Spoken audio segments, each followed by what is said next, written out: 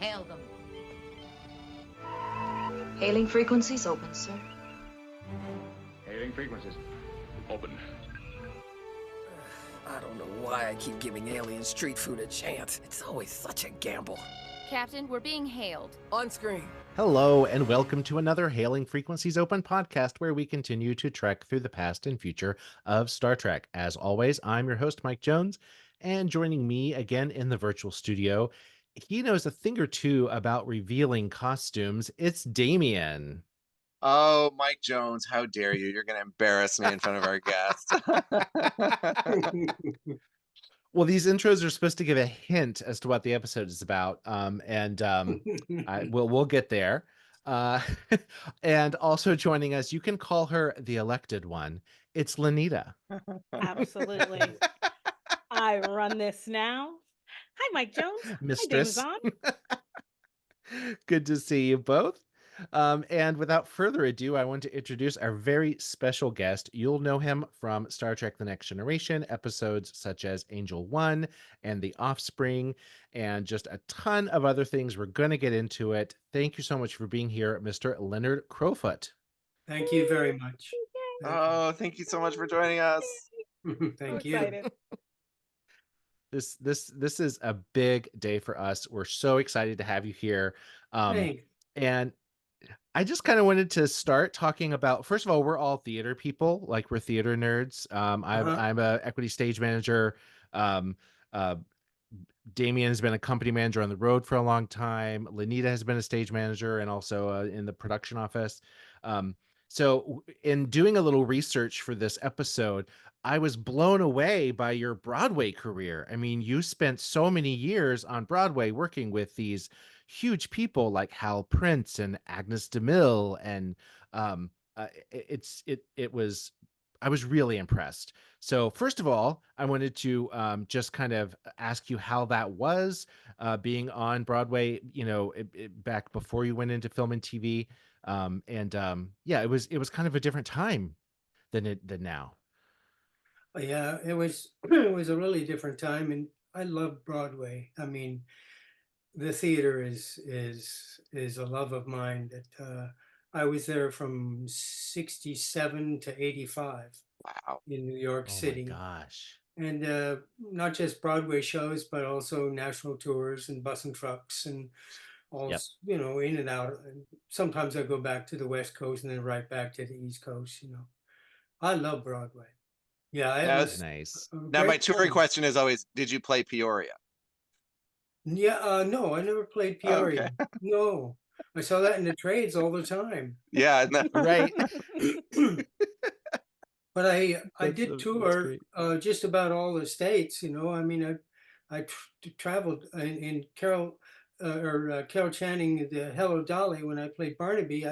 I did what was 190 cities in 9 months or something. It was a lot.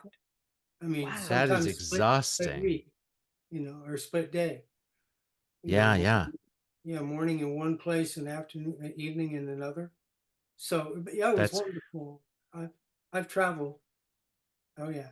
That's great. Were you on that tour? I'm interested in nitty gritty things.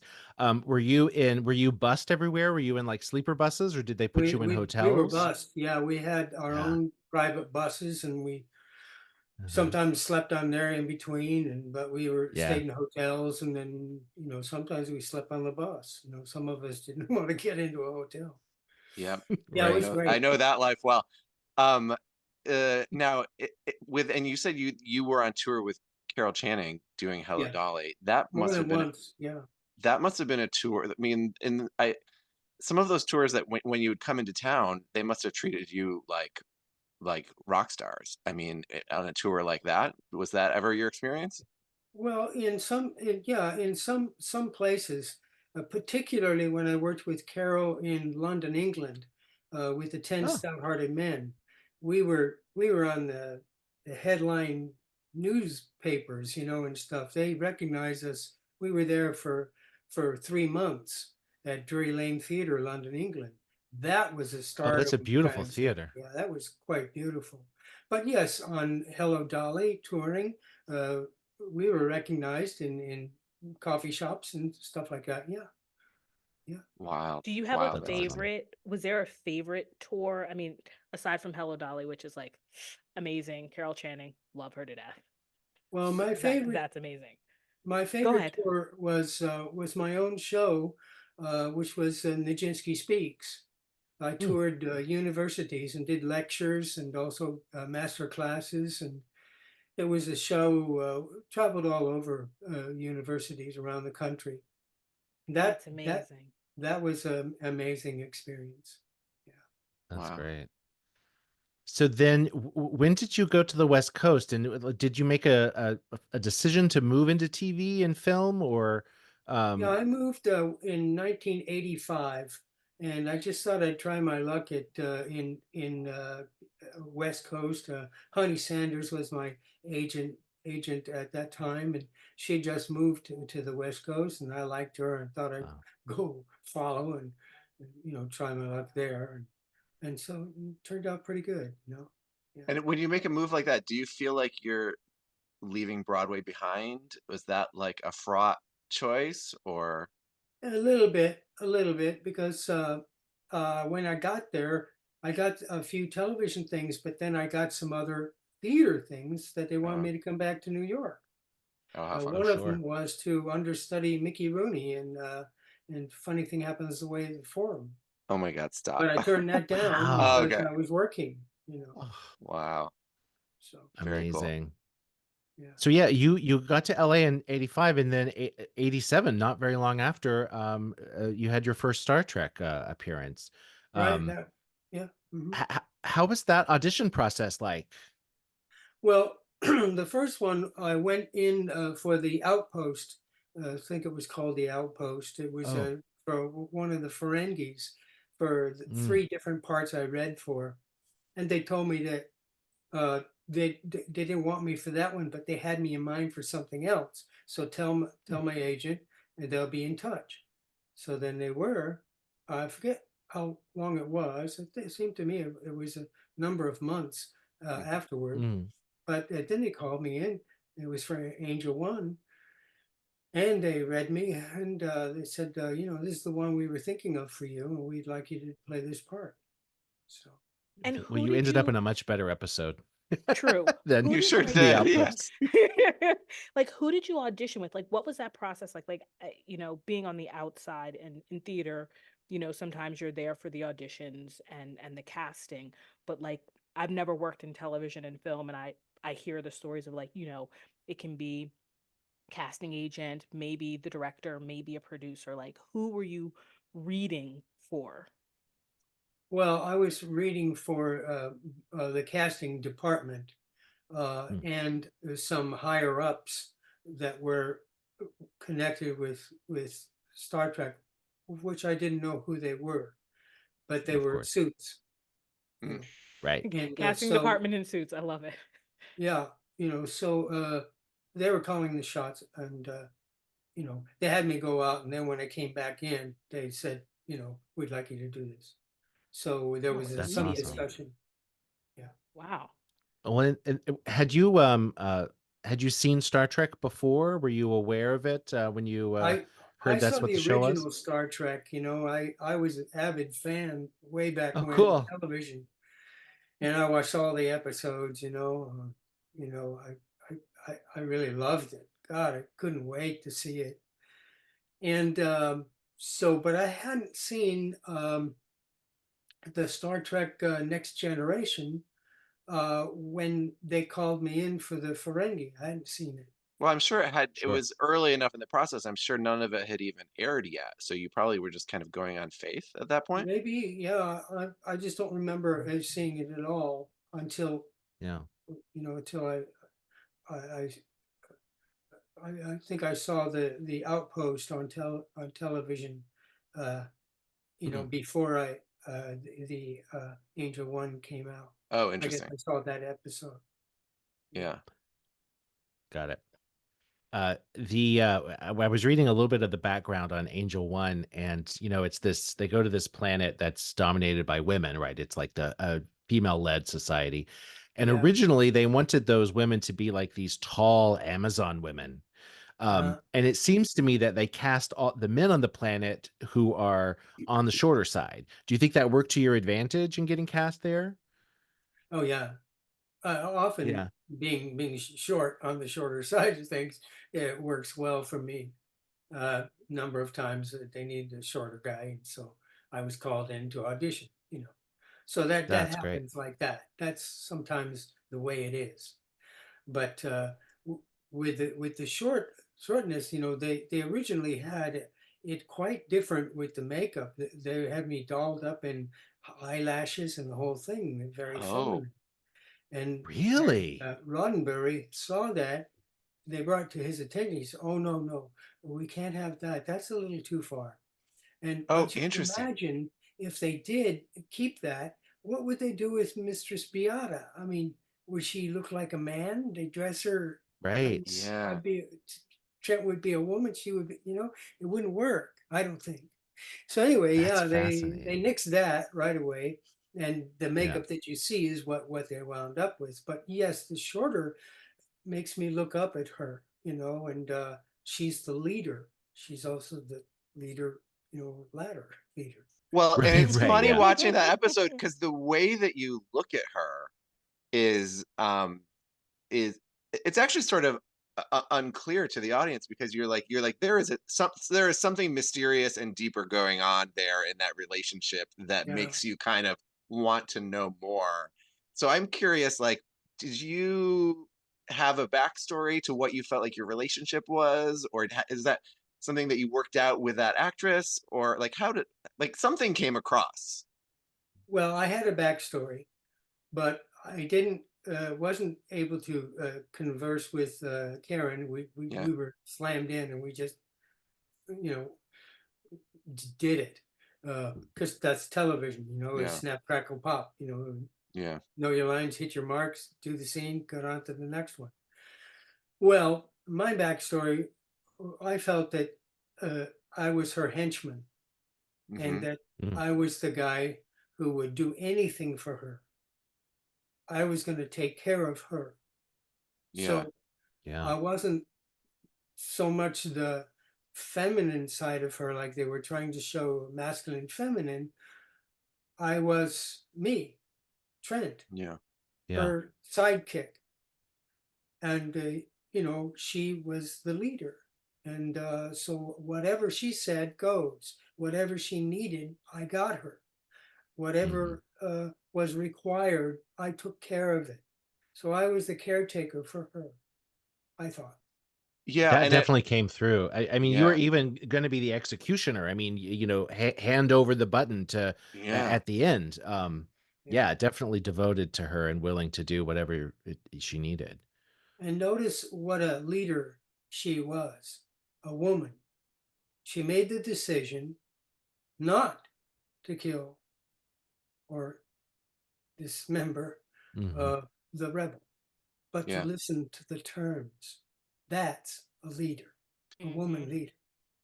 Yeah. Yeah, it's funny But because some this episode, I mean, I have a strong memory of seeing that for the first time at a very young age. And so rewatching it as an yeah, adult, all these things come across so differently that I didn't necessarily catch the first time around.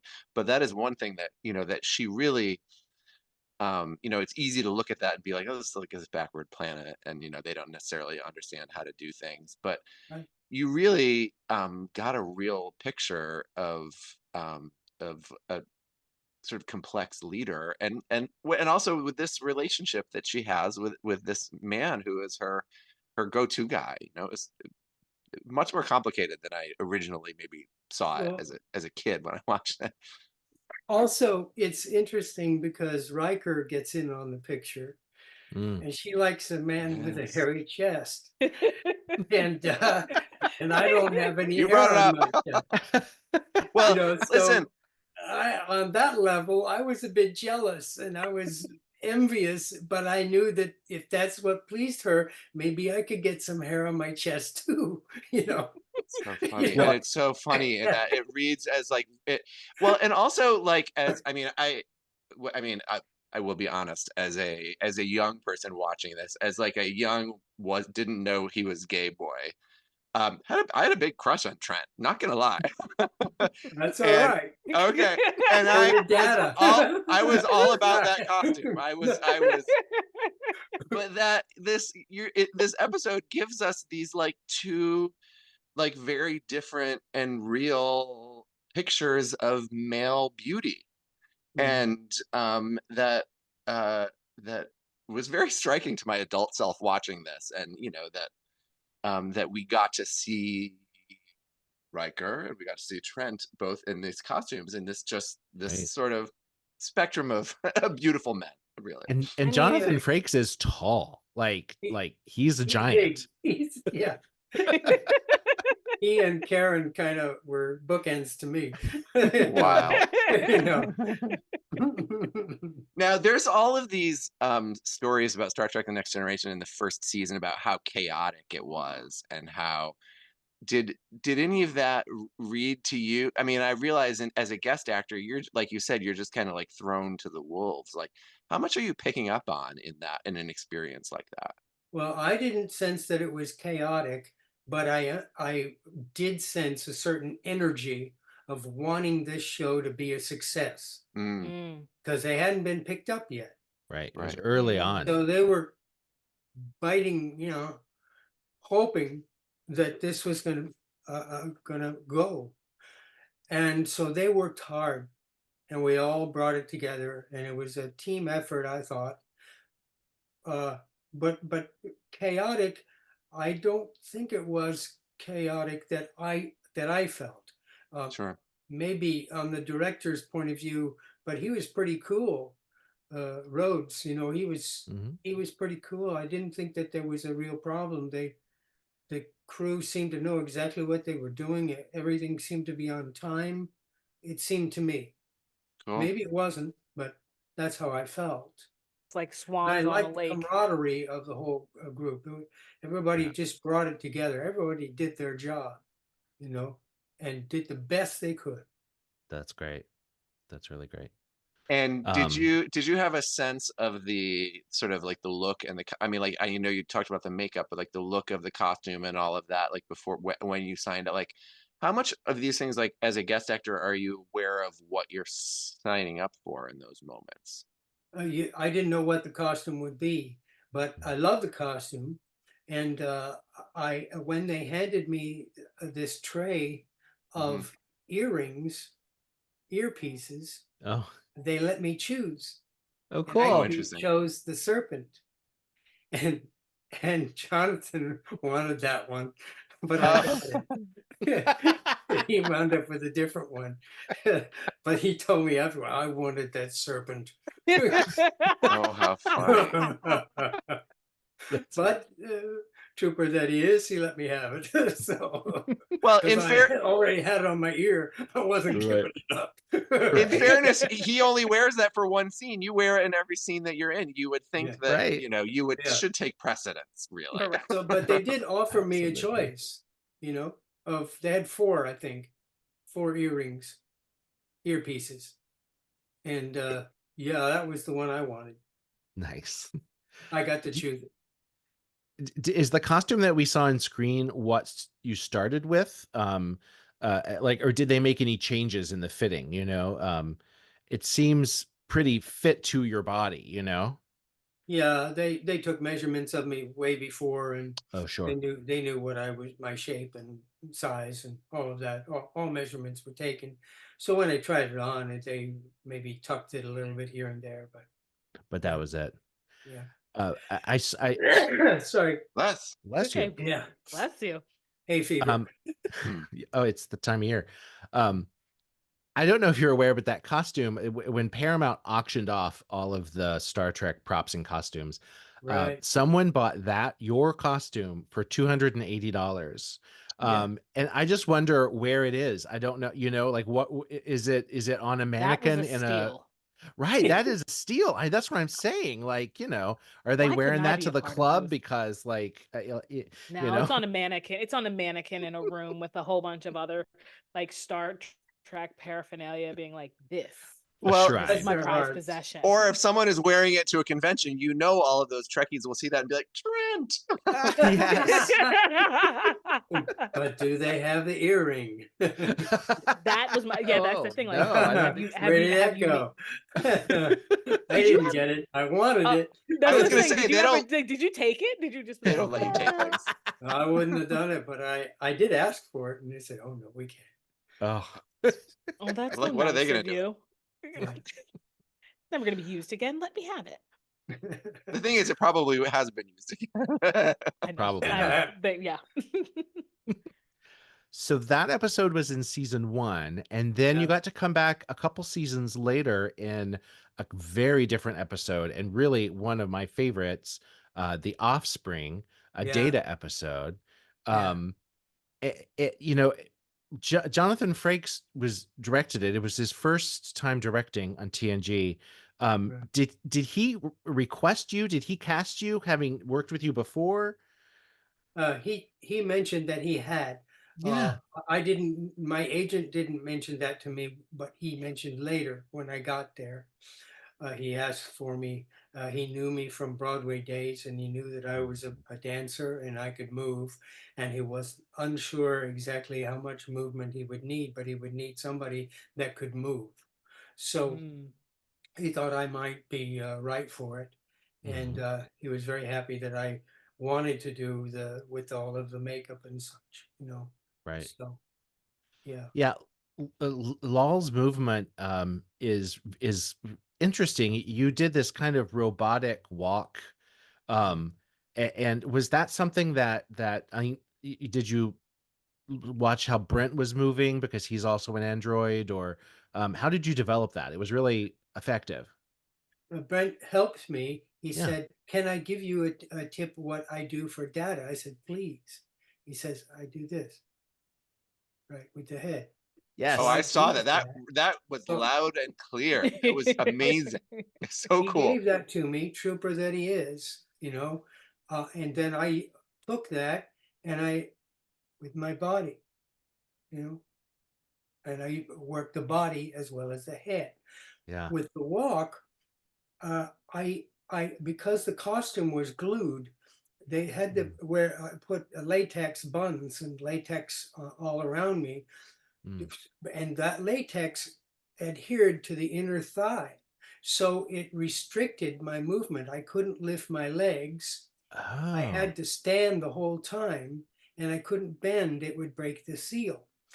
Oh my So God. what I wound up with walking, I was limited, and I had to walk kind of like a geisha. And it Sure. worked very well. Marina Sirtis, yeah. Yes. She walked, and I kind of copied her walk. So I You can kind of see that admired happening. her. Yes. Yes. And so I just kind of went with what she was doing, because I was going to choose the gender, and I was enthralled with the way in which she moved. So I was behind her. So, I just clicked into that mode. But also I knew that I could only do so much movement. I couldn't really dance at all, or move that way. So that's how it came about, that walk. But I also must say I couldn't. They had to put me on a stretcher, like those carts that you wheeled, put heavy things on, and Like a I was dolly? those leaning against the wall. I stayed in the makeup department.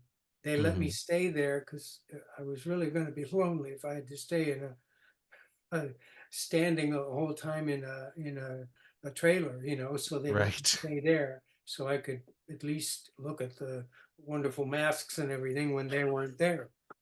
So, but I couldn't breathe. I only could breathe through my mouth. I couldn't breathe Yeah. through my nose because it was covered. So it was, and to do the plaster cast, the plaster and all the molds, I had a straw, teeny, those little teeny straws that you get, not the big cocktails? ones, but the little The thin ones. cocktail straws? Yes, Oh, cocktail. like a coffee stirrer. So that's what I breathe Oh through gosh. when they had this whole thing on. No. And they did it in 4 pieces when they did the whole thing, but then the head, and then when they broke that up, they broke it in 4 pieces so they could do the mold of the face. Then the angular bra was my chest. Then the latex on the buns and the groin, I wore a dance girdle or dance belt to hide Right. things. And Keep all the bits together and away. yeah, yeah. It was together. There was some talk of my putting the Johnson between my legs, and from now, I don't think I could do that all day long. You know? Oh, you would have just been a drag queen. Listen, Yeah, I don't think so. You said no, thank you to that. my Okay. And soaking it in lemon juice, that was a no-no. So to Oh. shrink it. So, Wait, I'm sorry. I don't know what that means. we had some laughs. Wait a minute. Soaking what in lemon juice? What are we talking about, sir? I don't know. Is this a trade secret? My girlfriend didn't like it either. I bet not. No, you Oh my gosh. Well, Wow. it was fun, and It sounds torturous. That's what well, it sounds like. you know, it was great. I loved it. You know, I had so much fun. I was so happy to be there. It was just fun. You know, I didn't mind the prosthetics and all of that. I minded the contacts. They were hard to keep in because they were stiffer. I used to wear hard contacts when I first started. I've always had astigmatism, bad astigmatism. It's fixed now, but they were metallic eyes, so I was a metallic-eyed, neuter-gendered, latex buns android. Now these fun. latex buns did they gave you more buns, or did they just They gave me pretty good sized buns. Oh, so those The okay. buns did So not those are want to extra leave buns. me when they took it off. You know, it was like it was not easy. The stuff they put on adhered that latex pretty good. What was the removal process like for all of that? Because it was like a gold paint, like. Yeah. On the first day, I went home. They took the makeup off and just said, "Okay, we'll go home and you shower." You know. So I went and I showered. I came back and they said, "Well, did you shower?" I said, "Yeah." They said, "Well, there's still the paint's still on your back." You know, and I said, "Geez." So they said, "We'll have to scrape it off." So they kind of did it like with a trowel. Oh My goodness. off, you know, chip it off. And so then they said, "Well, okay, maybe we can, you know, what are we going to do?" Westmore said, "Maybe we'll put a light cream on, just very light, because otherwise it'll melt. It won't adhere." So, but so they did that. Then they decided that I gotta have to shower before I leave to make sure that it came off. So they took me to the executive's shower, which we weren't supposed to be in. I love that there's an executive shower, by the way. Correct. And Sir, Dexter, what do you need to he shower was the for? assistant. He scrubbed me down Oh in my the God, shower. Doug Drexler? Yeah. And that's how we got the stuff off. I had to go into the executive's shower, and Right. Which was mysteriously gold the next day. yeah, Yeah, we someone had in to clean here? that up No. pretty good. Yeah. Oh my gosh. Is it true also that you couldn't use the bathroom at all as long as you were in it? True. And that you fasted in preparation and dehydrated, etc.? Yeah, they said, "Look, if you have to go, you have to go." They said, "But it's going to take us 3 hours to get it back on. 2 to 3 hours minimum." Why couldn't they So I figure said, out a "Well," way I said, for an "I easy can do that." removal? I'm sorry. No. I just was like, why can't you find out an easier, like, okay, like a front flap, like the pajamas where the little buttons in the back, you can just pop them down like a nice little flap. Yeah, Where is because Michael Westmore? Let's get him on and find out. Why would he do this to you? I think because I was really naked. The Mm, rest of me was naked. Mm. So yeah, it had to look like it was part of me. got you. So to have a seam there of any kind, it just wouldn't work. You know Yeah. what I Understood. mean? A Yeah, zipper yeah, or yeah. something like that. I just So wanted your they comfort. had to That's make all. me look like I was Stitch Starch naked, but neuter gender, Yeah. you know. Um, so yeah, but they took plaster casts of mostly my body, but not my hands or my arms, Mm. or nor but up to my thighs, up to my knees. They took a plaster cast of all of that because they didn't know how far down they would have to go Mm, to adhere the latex. They experimented. They were unsure. They Yeah. would have preferred that it was naked, but that's television. You can't do it. Oh, right, right. You can't be buns out, And right? and Like I'm not not with no, the not with transgender. the sensors. no. Was it like a pair of like shorts that or like It because the was piece like a dance belt, a real Hmm. tight dance belt. I got a small that really was snug, Oof. so it covered everything. And then they covered the latex over that.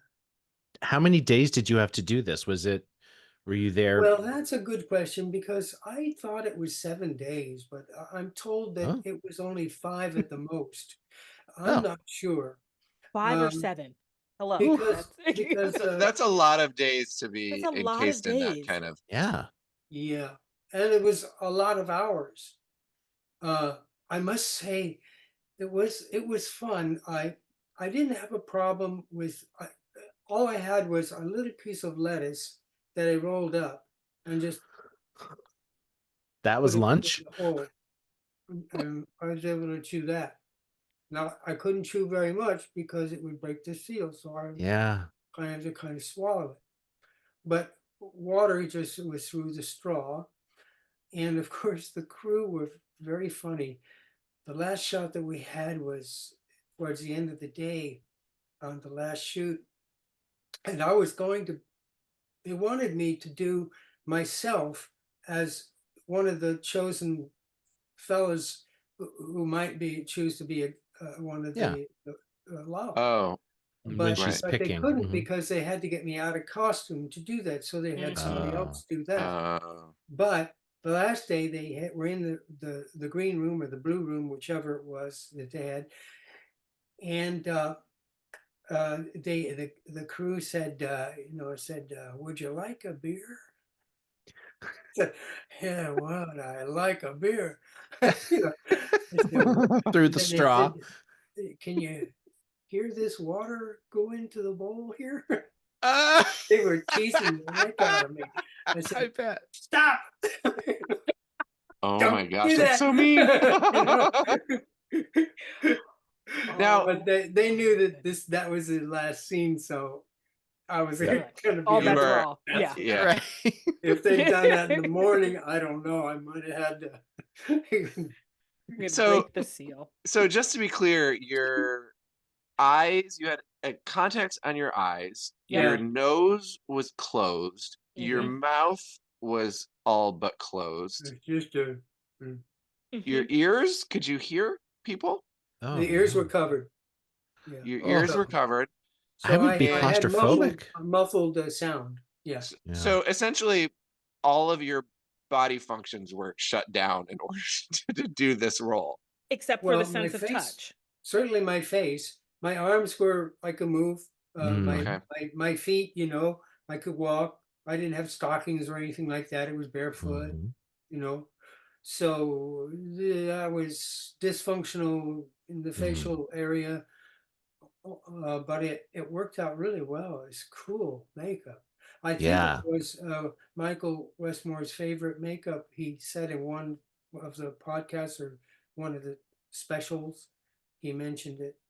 I'm It's full. really I effective. am It full. reminds me of Metropolis, that old silent film. But Oh yeah, I mean that wasn't makeup; it was like a mask. But it's this Right. gold, yeah.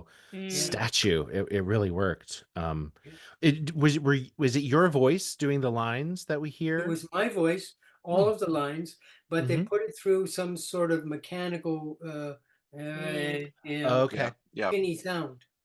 But it was my voice. Yeah, I did all the lines. Nice. Well, and I believe it's Jonathan Frakes that I've heard talk about this, which he said, and I obviously he says it and you won't, but that your disposition throughout all of this was unflappable, and at no point did you complain or grumble about any of it. Were you was that a struggle to like keep a good attitude during some of the challenges of this, or were you just enjoying it the whole time? I was having a ball. I just loved it.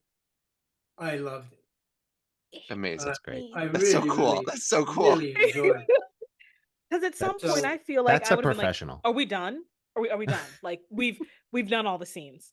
Right. I can't can I come anymore back? because But really, how many performers get the idea, get the ability I to like know, get the chance to be so I like know. extraordinarily transformed? I mean, it's really Yeah, and I it's mean, true. you were really something that I don't think we had seen before or since on Star Trek in terms of like a physical manifestation of a totally unique creature, you know? Yeah. Correct.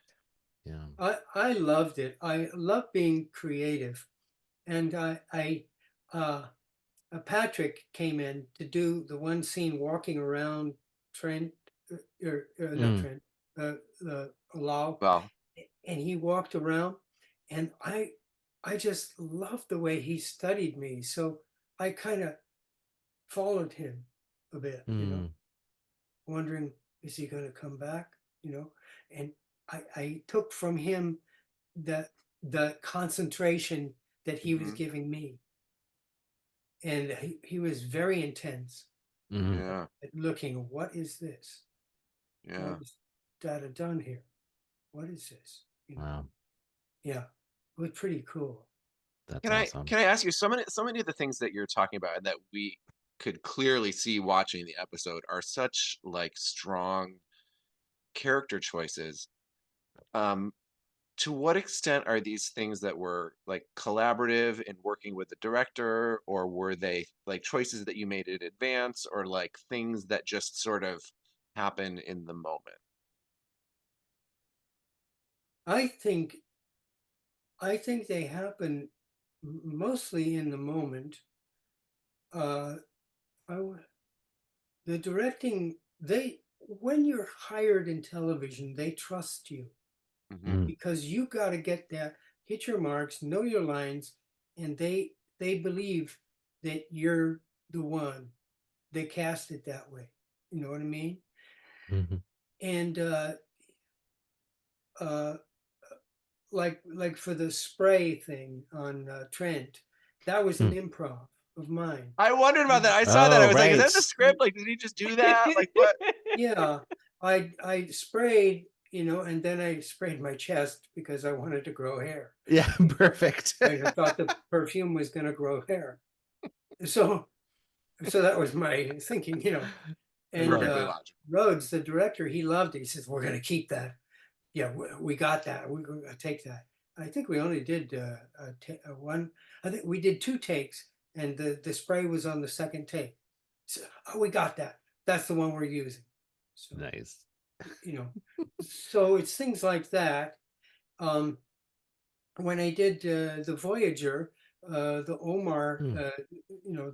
the Spectator, Mhm. we were given a direction to, like this is your first time seeing an orchestra. You've never seen it before, Hmm. so you Mm. react accordingly. So that is a great direction. That was directed to Right. all Mm. of us there. So that direction was taken and you do something with it. So in that way, the director jumps in, you know. Right. Uh, uh, It seems to me that it's a different world than the theater where you rehearse for weeks, and the actors can really be sort of clay in the hands of a director. On TV, from what I'm getting from you, it seems more like they trust you, they cast you because you're right, and you get to show them options, you know. Mhm. Yeah. Yeah, theater is different. You get a lot of rehearsal and you try things out, especially choreography. The Mm, choreographer is doing all kinds of steps, throwing at you, and you're picking them up and you're mixing them around. And oh, I like that. Do that way. Everybody see this, what this guy's doing here or that girl there. Do that. Sometimes it's very pliable, workable. mhm, Sometimes a choreographer will just want what they want. They have the Mm-hmm. absolute movement. Other mhm, times it's flexible. They say, okay, now I want you all to do 1/8 of an improv here, and then we're going to go right back into the combination. Things like that can happen. That's mhm, choreography. The same with directing. Sometimes you get the director that wants you to try it multiple ways because they're unsure what way is going to Mm. fit with the other actor, and they want to mix and match it just right. mhm, And then when you get to performing it on the stage, it has to be alive. Right. You can't yeah. repeat a performance, yet it's set. Yeah. But you have to find ways, shifting from the right leg to the left leg, to wake up, so you're Right. now in the now, Mm, not yesterday now, but The now, present now. Yeah. Right. yeah. now. So, and the audience, of course, fills out. You feed off of them, they feed off of you, but it's not their responsibility to be, to cheer you on. Your responsibility to make sure you're doing your job and that you Mhm, know what you're doing on that stage and keeping it alive.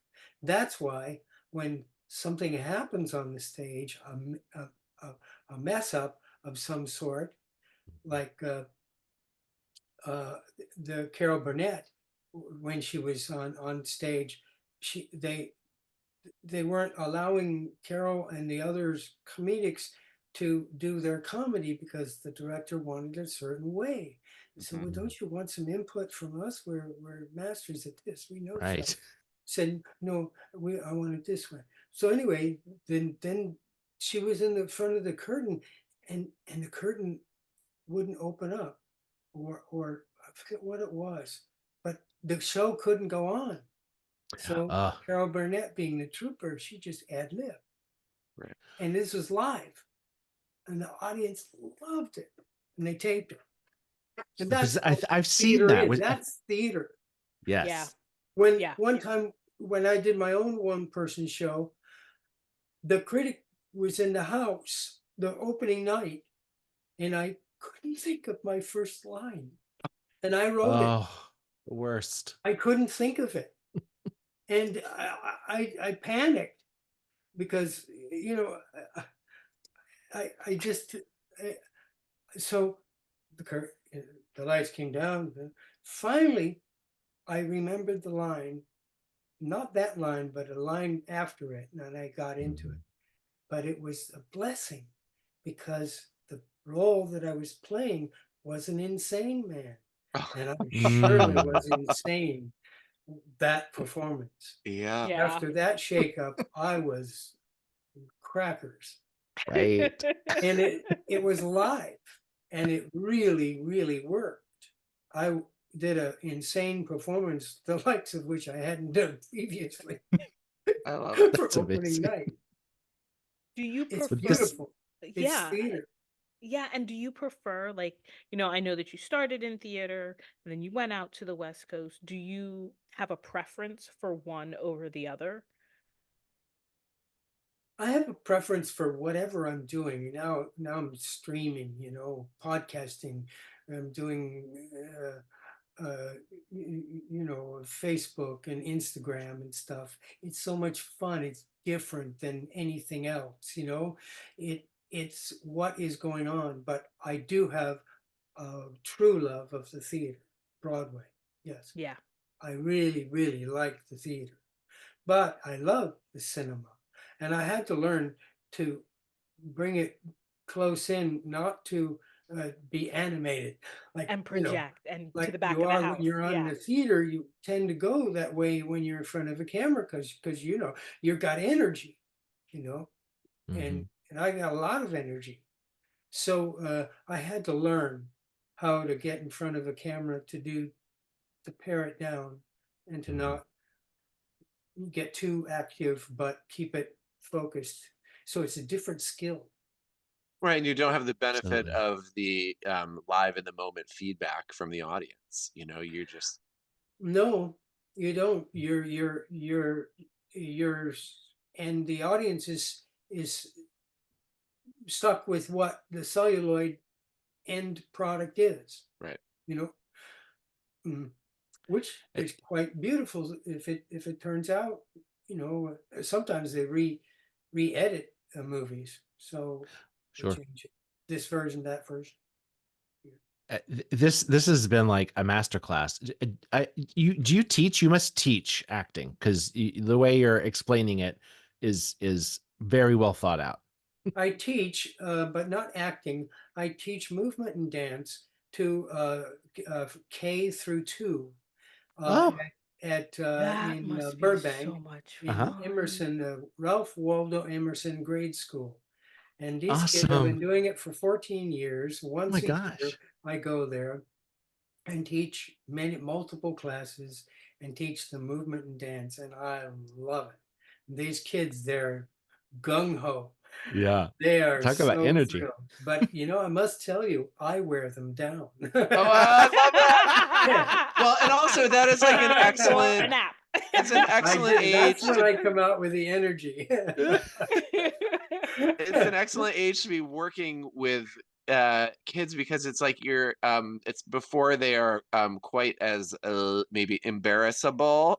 Mhm. Right. Yeah, they don't know. They're just, what are we gonna do? Oh, we can shout. Oh, you know, you freeze and stop. You're doing Yes. different movements, and you move. Careful chaos. Freeze. Careful chaos. You know, they go nuts over stuff like that.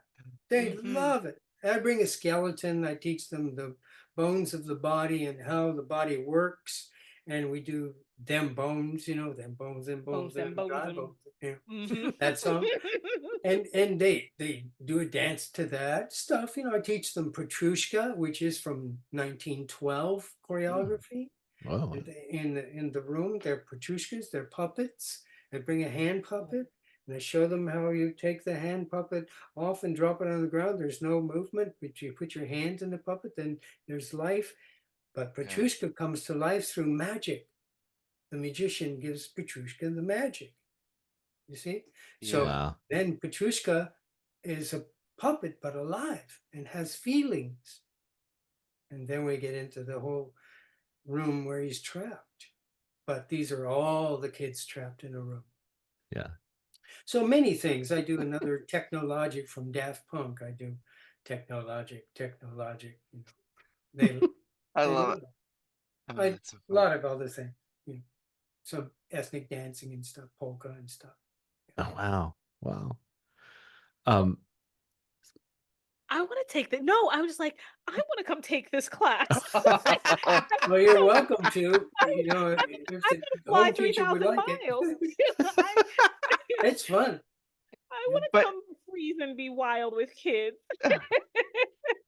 but as a kid, your first dance classes, from what I have read, would sound much more serious in terms of like hardcore ballet training as a small child. Yeah. Yeah. I was crippled when I was a boy, and so I got out of my wheelchair. Finally, I went to school, straight into second grade. And then they put me back a grade because I wasn't ready for second grade. I'd never been with kids before.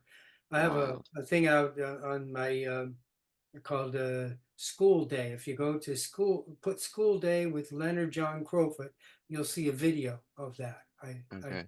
I put it on an album that I did of different stuff.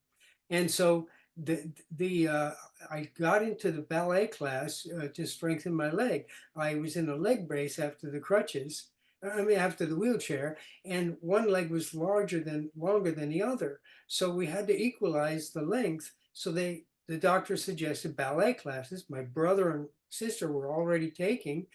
So I reneged and I went into ballet. I wasn't sure I wanted to do that because, it was the 50s and 1959, and the kids were making fun of. Yeah. So anyway, I went into ballet class, and yeah, I was regimental, but I loved it, and I loved the teacher's daughter. She was Vavoom, and I just I was having a ball in that class once I got the knack of it. And then I went into the Kirov and the Bolshoi. They hired American kids to dance with them. We got the great pleasure of dancing with some of the great Russian dancers of all time. At Wow. the Shrine Auditorium. 3 years in 1972, 73, 74. They were the Bolshoi and Kirov days. And then I went and started dancing other dances, some jazz. Took from Jack Cole, a disciple, Jack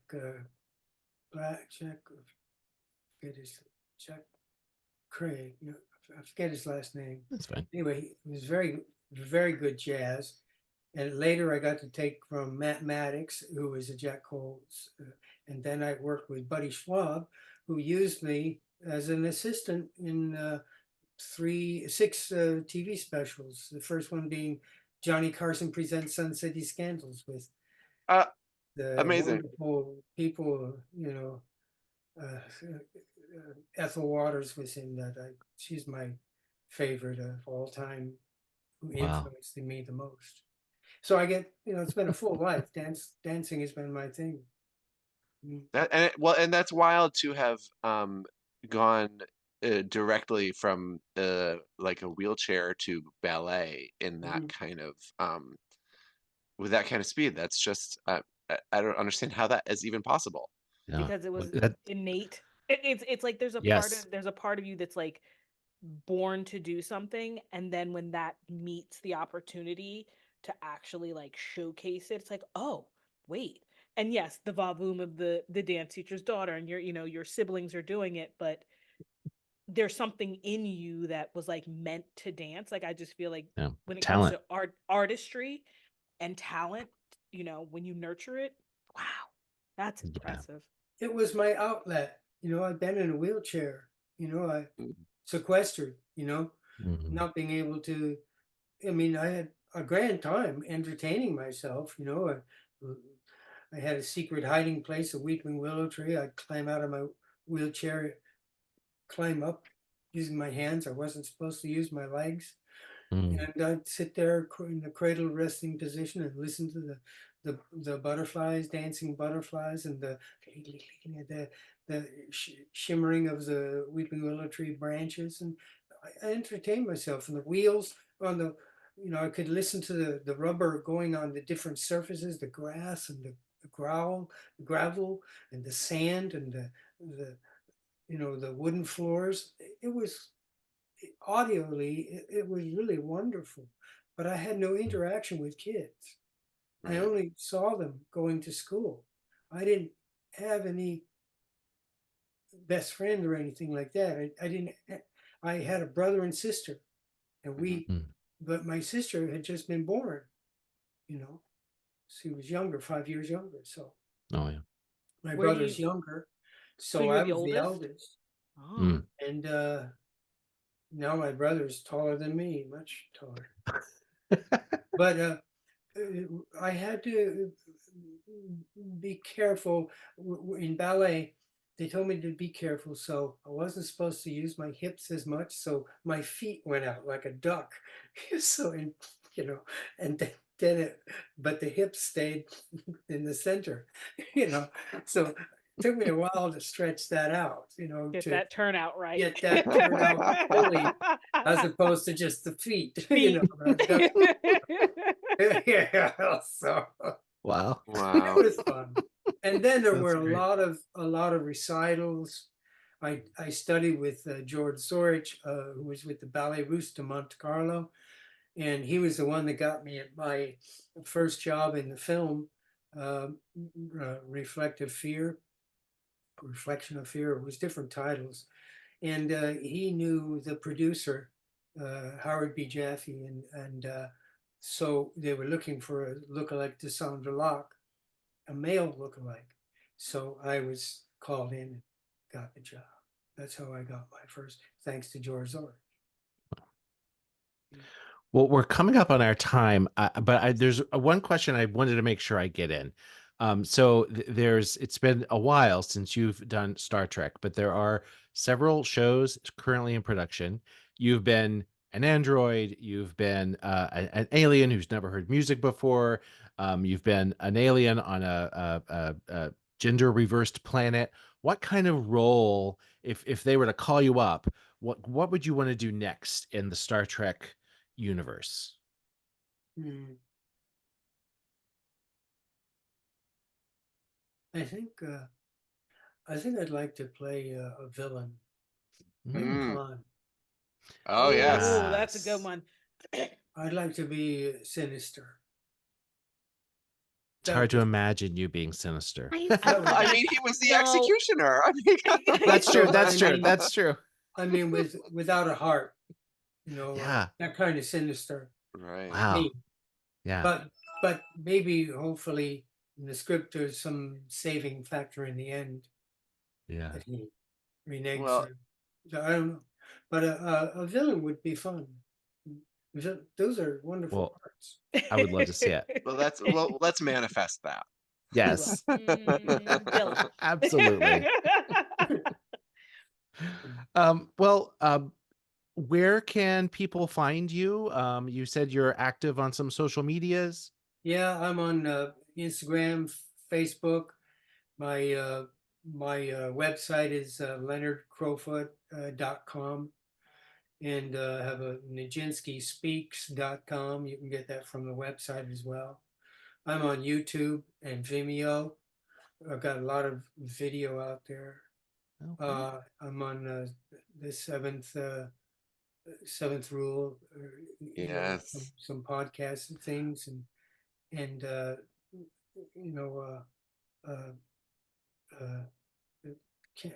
Canvas. What is it called?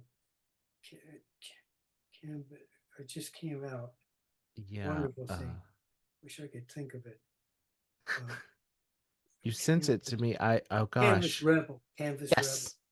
Yes. That just came out, and that's an interview, and also a captain's log. So Oh, that's excellent. 2 episodes on that are out on television right now, but not on online yet. Did I understand? Excellent. Excellent. So I'm out there. I'm around.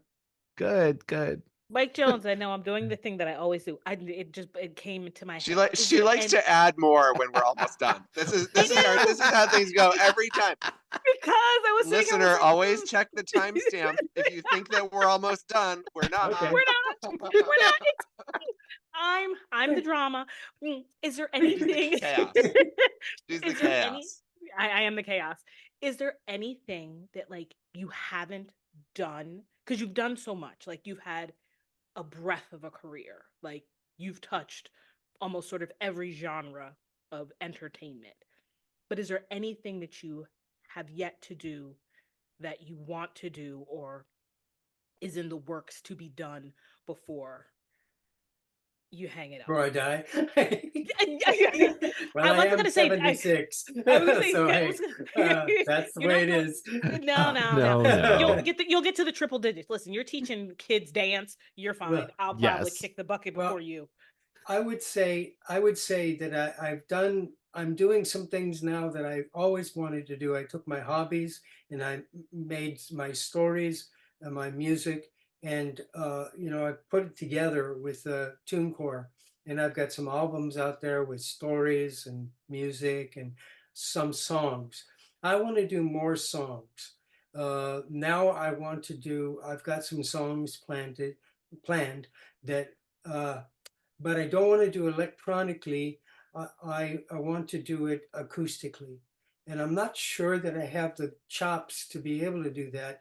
All my music comes from my movement. So when I move, I make the music. I move and I can come up with stuff. So I record it and I put that, whatever I like, I put that, work on it, and then try and pluck it out on the piano.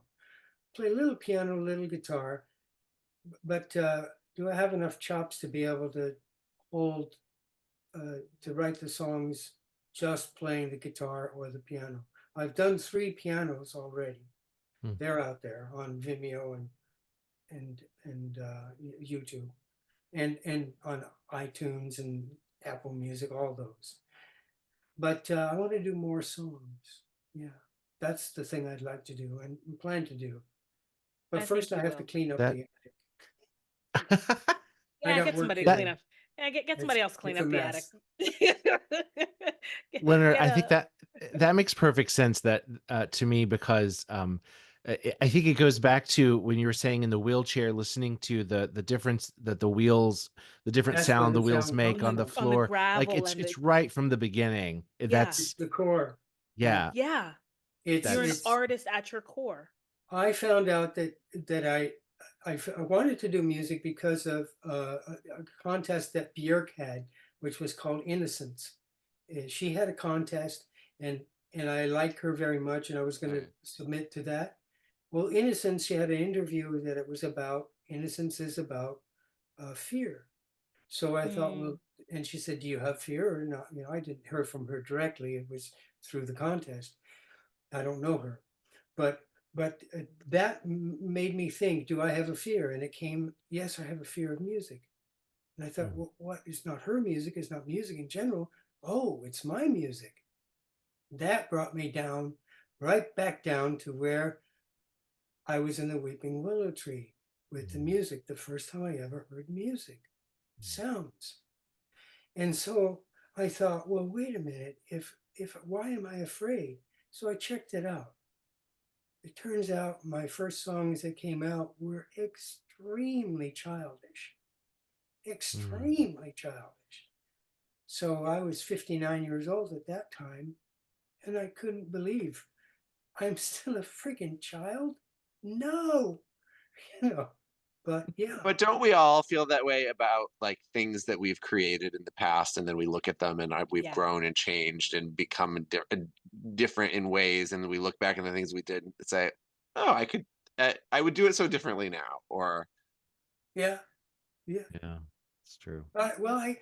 What I did was I adultified myself. You know, I made myself more adult. Is that a good thing or a bad thing? That I was doing. So I figured, well, I'm not going to do goo goo gaga now. Yeah. No more of that. You know, so I just did it. You know, but Primal, that came out because that was really my music that I came from. Those sounds. You know, imitating, you know, caterpillars. You know, the sounds that you do when you're alone.